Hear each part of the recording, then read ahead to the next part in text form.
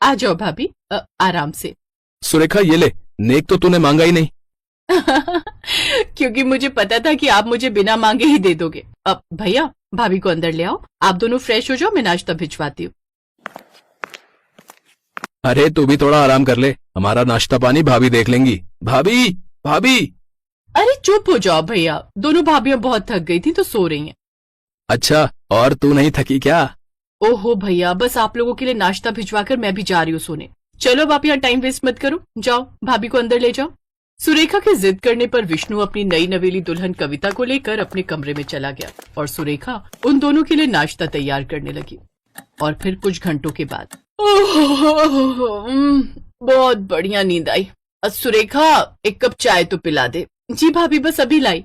रुको सुरेखा, चाय तो मैं भी लूंगी, पर साथ में खाने के लिए भी कुछ बना देना। वो क्या है ना, खाली चाय गैस बनाती है मुझे। जी भाभी। सुरेखा सारे काम निपटाकर थोड़ा आराम करने ही जा रही थी कि तभी उसकी दोनों बड़ी भाभियों ने उसे नए काम बता दिए, जिन्हें वो बेचारी बिना कुछ कहे चुपचाप करने चली गई।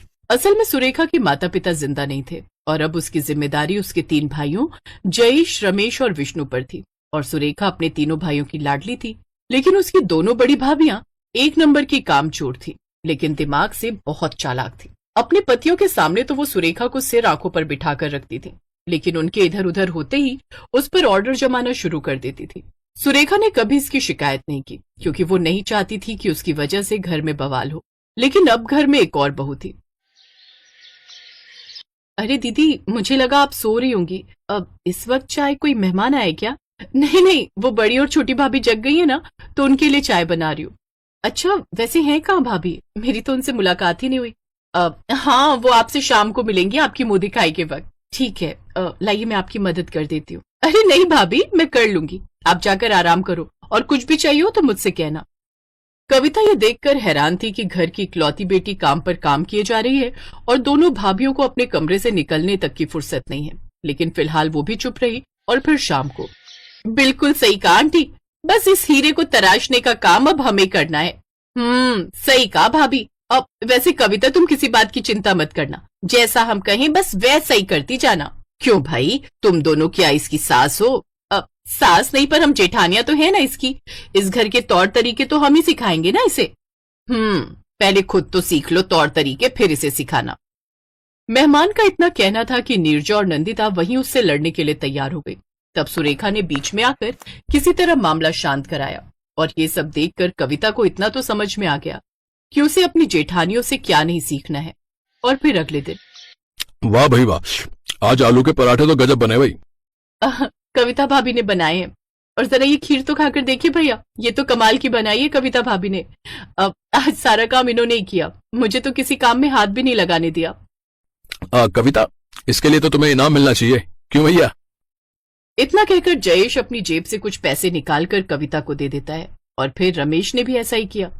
ये देखकर जहां कविता, सुरेखा और विष्णु बहुत खुश थे, तो वहीं नीरजा और नंदिता जलकर राख हो चुकी थी। नाश्ते के बाद नीरजा के कमरे में दोनों काफी देर तक खुसुर फुसुर करती रही, और फिर उन्होंने कविता को भी उस कमरे में बुला लिया। और फिर, जी भाभी, आपने बुलाया मुझे? हाँ कविता, कुछ बात करनी है तुमसे, वैसे कुछ समझाना था, अगर तुम समझना चाहो तो। कहिए ना भाभी। कविता, तुम घर के कामों में जरूरत से ज्यादा ही लग रही हो, इतना परेशान होने की जरूरत नहीं है, सुरेखा सब अच्छे से कर लेती है। अरे पर भाभी, वो क्यों करे सारा काम, हम बहुओं की भी तो।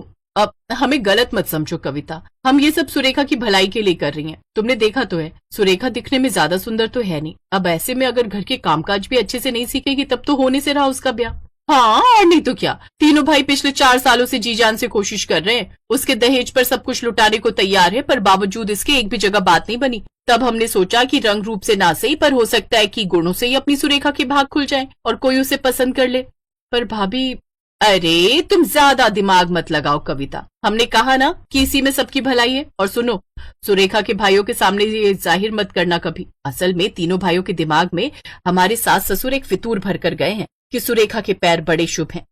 अरे अगर इतनी ही खुशकिस्मत होती तो अब तक ससुराल ना पहुंच गई होती अपने, यहाँ मायके में ही पड़ी रहती क्या?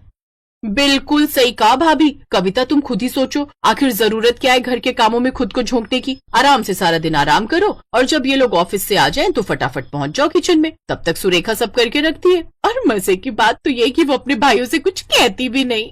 चुप हो जा। अब कविता, तुम समझ रही हो ना जो हम कहना चाह रहे हैं? हाँ भाभी, मैं सब समझ गई। अब मैं जाऊं? हाँ हाँ जाओ ना, पर सीधा अपने कमरे में जाना, रसोई में नहीं। इसके बाद कविता वहां से सीधा अपने कमरे में गई और कई घंटों तक बाहर नहीं निकली।